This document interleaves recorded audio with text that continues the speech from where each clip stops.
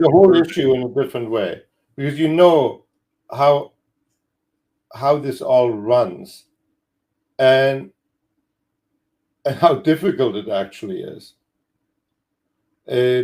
Wireless looks easy, and it's really, really hard to make really difficult things look easy. Ish. What about Peter coming back to Boost? Setting up regulations for NTIA. Not a cakewalk. But what about Charlie? I mean, can't count out Charlie. Can't do it. Here we go. I didn't say that. That was Mike Seaver. I didn't say it. Yeah. I know, guys. I know. What did Mike say? I've been on my best behavior all night. You can't count out Charlie. He'll say anything to look good in the moment. But at the same time, I think the game is pretty clear how this will play out. Yeah. And it's not with Boost or however you want to call that network gaining millions of customers. No, I think you're right. So Roger, I want to know what you think of this, because I brought this up a couple days ago. I brought this up a couple days ago. Boost gets sold to a private equity firm. Your thoughts?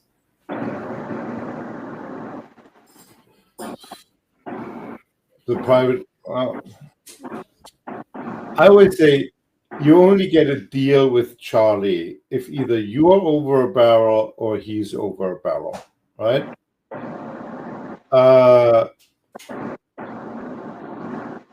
I think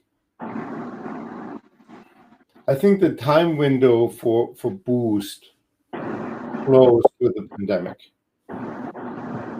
Prior to the pandemic, started? So right when Boost started with Dish, it was over? No. Well, it ended because basically at that time, interest rates were zero. They were actually negative.